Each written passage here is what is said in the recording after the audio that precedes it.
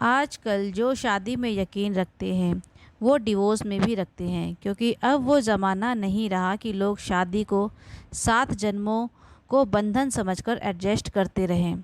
अब बात ना बने तो डिवोर्स होना आम है। लेकिन क्या डिवोर्स हो जाने के बाद दो लोग अपना अपना जीवन चैन से बिताते हैं? हाँ, शायद। लेकिन कभी कभी ये भी होता है कि लोग अपने फैसले पर पछतावा करते हैं। हम ये नहीं कहते कि तलाक बुरी चीज़ होती है।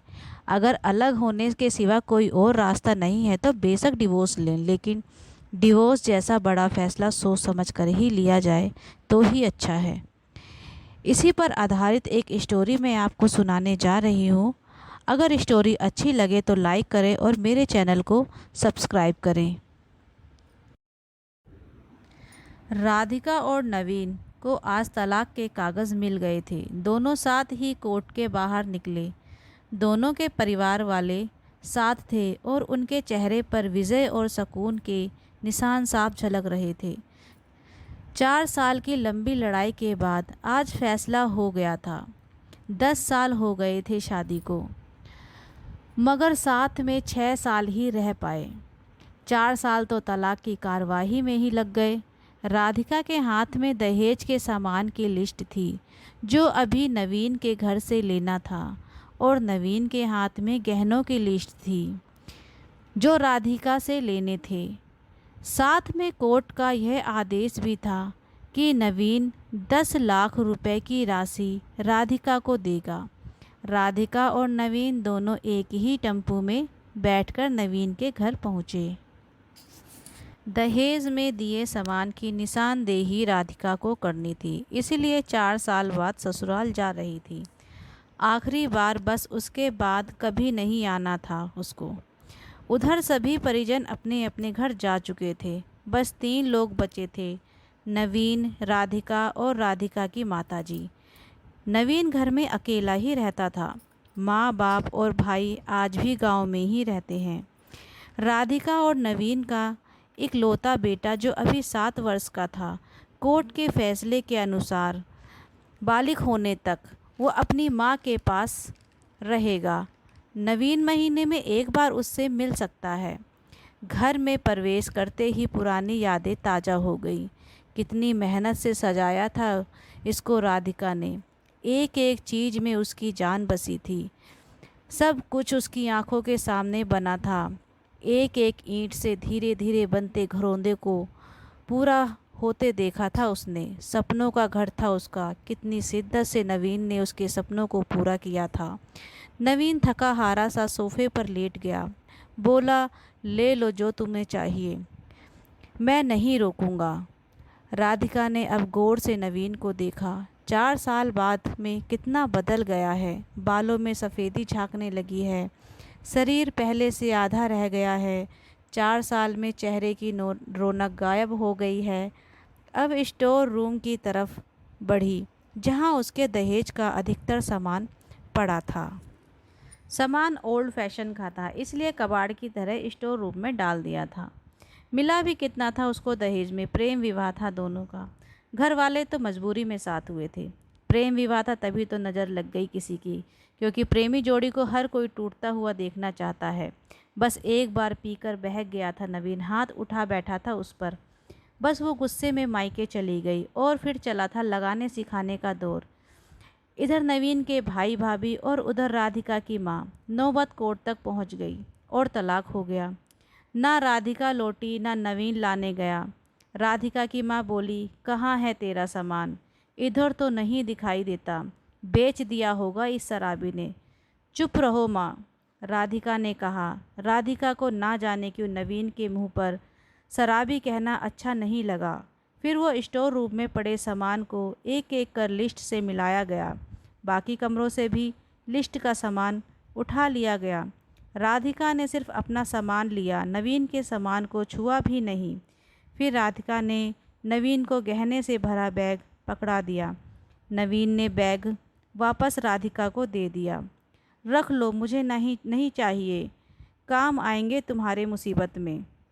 गहने की कीमत 15 लाख से कम नहीं थी। क्यों? कोर्ट में तो तुम्हारा वकील कितनी दफ़ा गहने गहने चिल्ला रहा था। कोर्ट की बात कोर्ट में ख़त्म हो गई राधिका। वो तो मुझे भी दुनिया का सबसे बुरा जानवर और शराबी साबित किया गया था। सुनकर राधिका की माँ ने नाक भौं चढ़ाई। नहीं चाहिए वो 10 लाख भी। क्यों? कहकर नवीन सोफे से खड़ा हो गया। बस यूं ही। राधिका ने मुंह फेर लिया। इतनी बड़ी जिंदगी पड़ी है, कैसे काटोगी? ले जाओ, काम आएंगे।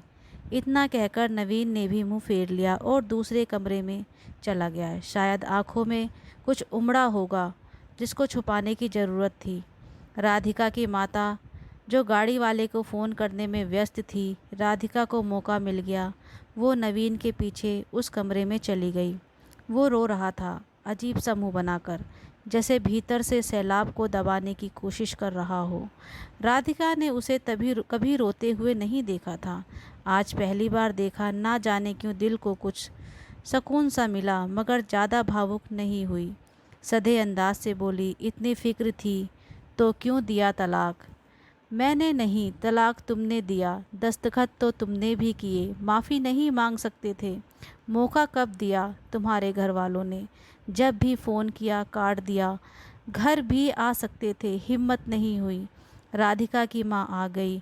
वो उसका हाथ पकड़कर बाहर ले गई। अब क्यों मुँह लग रही है इसके? अब तो रिश्ता भी ख़त्म हो गया। माँ बेटी बाहर बरामदे में सोफे पर बैठी गाड़ी का इंतज़ार करने लगी। राधिका के भीतर से कुछ टूट रहा था।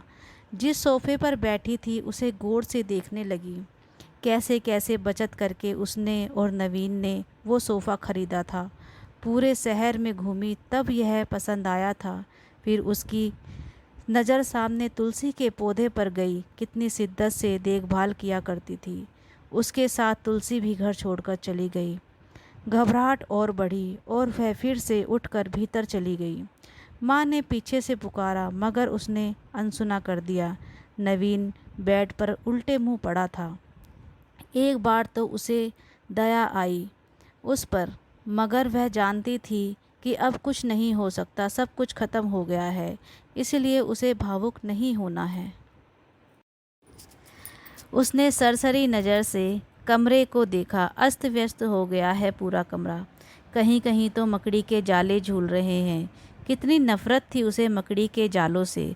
फिर उसकी नज़र चारों ओर लगी उन फ़ोटो पर गई जिनमें वो नवीन से लिपट कर मुस्कुरा रही थी। कितने सुनहरे दिन थे वो। इतने में माँ फिर आ गई। हाथ पकड़कर फिर से बाहर ले गई। बाहर गाड़ी आ गई थी। सामान गाड़ी में डाला जा रहा था। राधिका सुन्न बैठी थी। नवीन गाड़ी की आवाज़ सुनकर बाहर आ गया। अचानक नवीन कान पकड़कर घुटनों के बल बैठ गया। बोला, मत जाओ, माफ़ कर दो। शायद यही वो शब्द थे जिसे सुनने के लिए 4 साल से तड़प रही थी। सब्र के सारे बांध एक साथ टूट गए। राधिका ने कोर्ट के फैसले का कागज़ निकाला और फाड़ दिया। और माँ कुछ कहती इससे पहले ही लिपट गई नवीन से। साथ में दोनों बुरी तरह से रोते जा रहे थे।